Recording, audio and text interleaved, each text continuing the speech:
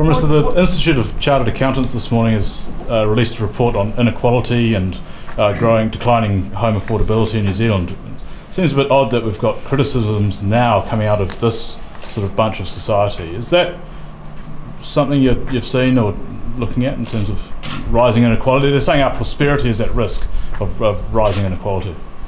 Well, they may be a bit out of time. I haven't seen the report.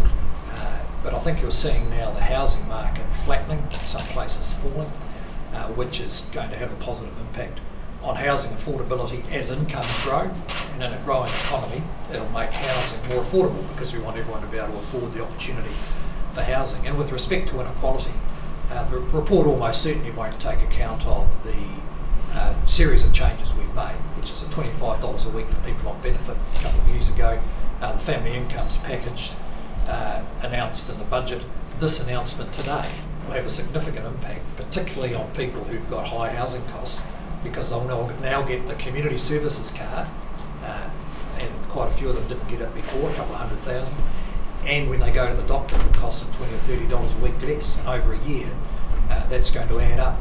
And they'll get higher accommodation supplement if we're elected on 1 April next year. And there's talk about using maybe some of the money in preview if that does show $1.5–2 billion extra dollars, some of that in further tax cuts or tax changes. Can you comment on that? That would be getting ahead of ourselves. What do you make of the preview will come out when it comes out shortly with that's the Treasury's opening of the books, and you just have to wait and see what the numbers are. I think it would be getting ahead of ourselves to anticipate them. What do you make of Gareth Morgan's comments about? What do you make of Gareth Morgan's comments about Jacinda Ardern needing to prove that she's not just a pig wearing lipstick? I think they are deliberately appalling comments. Deliberately appalling. Yeah. Could you work with Gareth? Do you think? Well, not with that. Look, if you've got an attitude like that, I don't think any politician, anyone in public life would want to work with them. That's outside the acceptable boundaries of political criticism and language. But I think he knows what he's doing. Yeah. I think he's designed the comments to stir up attention because he hasn't had much lately. I'm sure he's thrilled you're all asking questions about him, yeah? And he's got exactly the sort of thing he was expecting for it. Yeah, Minister, just you've spoken about this a lot in the past about the sort of attacks that women get and comments made about female politicians. What do you think about? Look, I mean, obviously, we wouldn't make anything even close to it. He knows exactly what he's doing. He's gasping for relevance, and so he's gone for a cheap shot that he knew would get the kind of reaction that he's getting. So I think I'll stick with our policy announcements that are far more meaningful for New Zealanders. Okay, thanks very much. Sorry, Prime Minister, I'm from a Chinese media, Sky Q1 in the office. The Labour Party made a proposal yesterday about curbing overseas buyers buying New Zealand houses. How do you comment on that? Look, they've reheated this announcement, for the last couple of elections. Overseas buyers have been a small influence on the housing market.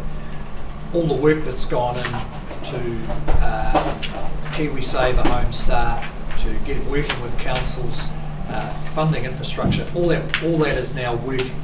So there's 200,000 houses being built over the next 6 years, and with rising incomes, that gives people a much greater chance of affordability. Whoever's buying and selling houses is probably going to find they're taking significantly more risk in a market that's now flattened out. Just quickly, Prime Minister, are you concerned that we're going to see another spike in house prices if you guys get into government like we did last election? Look, the market will do what the market does. I think the indications are the flattening out of house prices is more than just a pre-election. There was a similar pattern last election, though, and with Labour campaigning, they've said that they potentially will do a capital gains tax, which is what they were saying last election. So it's a similar sort of scenario. Well, I don't think there's any doubt there'll be concern about the capital gains tax proposals.